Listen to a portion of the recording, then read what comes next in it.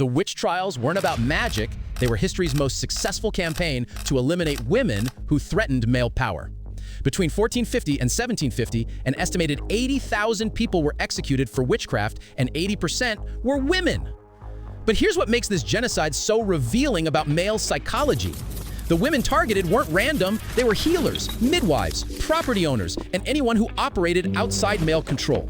Men literally created a legal framework to murder women who had knowledge, independence, or influence. The witch trials were essentially the world's first systematic attempt to medicalize and criminalize female autonomy. Women who knew herbal medicine became dangerous witches. Women who owned property became threats to the natural order. Women who spoke up became evidence of demonic possession. This historical pattern reveals that men have always known women are capable of incredible power. They just spent centuries trying to convince everyone, including women themselves, that this power was evil. The witch trials weren't about superstition, they were about male terror of female competence disguised as religious duty.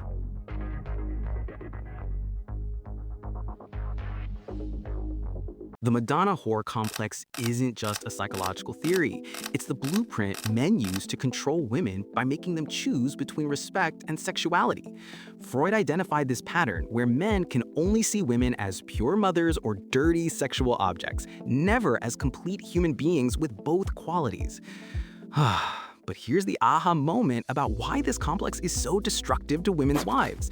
Men literally created a system where women can't win, be sexual and lose respect, or be pure and lose agency. This complex explains everything from slut-shaming to the impossible standards placed on female celebrities.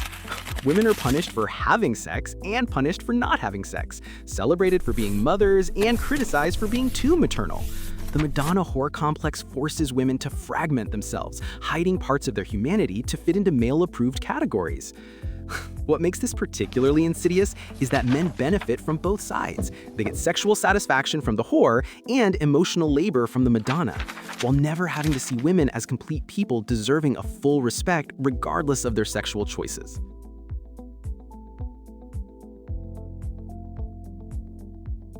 The male gaze isn't just about movies. It's the lens through which society views women, and it's been programming us to see women as objects for male consumption since birth.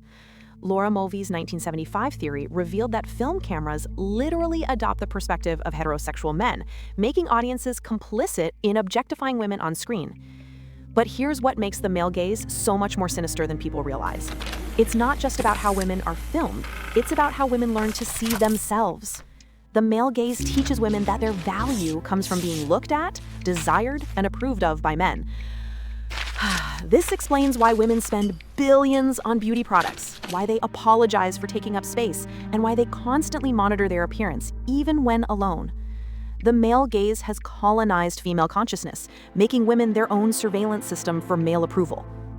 Women learn to see themselves through male eyes, judging their worth by their fuckability rather than their humanity. The most devastating part is that women often don't realize they're doing it. The male gaze has become so normalized that it feels like natural female behavior rather than learned oppression.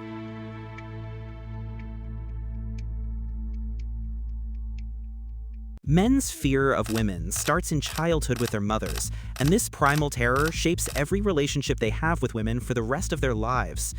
Psychologists have identified that boys experience their first power struggle with the most important woman in their lives, mom, and many never recover from losing that battle. But here's the psychological pattern that explains why men hate women who remind them of maternal authority.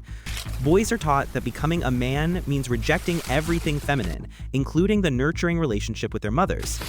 This creates a fundamental split where men simultaneously crave maternal care and resent their need for it. Men who hate strong women are often triggered by unconscious memories of feeling powerless as children dependent on female caregivers. This is why men are threatened by women who are nurturing but independent, caring but boundaried, loving but not self-sacrificing. These women remind them of the complex relationship with their mothers, the source of both their deepest comfort and their first experience of female power over them. Understanding this helps explain why men often want women to be maternal, but punish them for being motherly.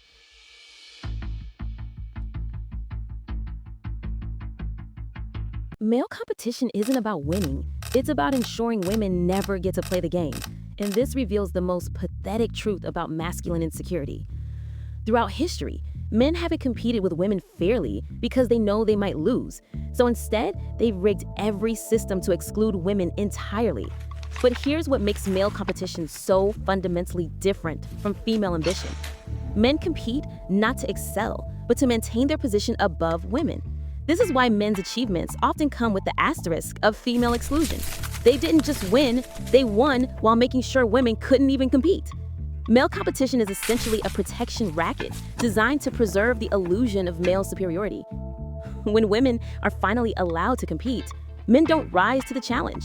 They change the rules, move the goalposts, or create new categories where women are excluded.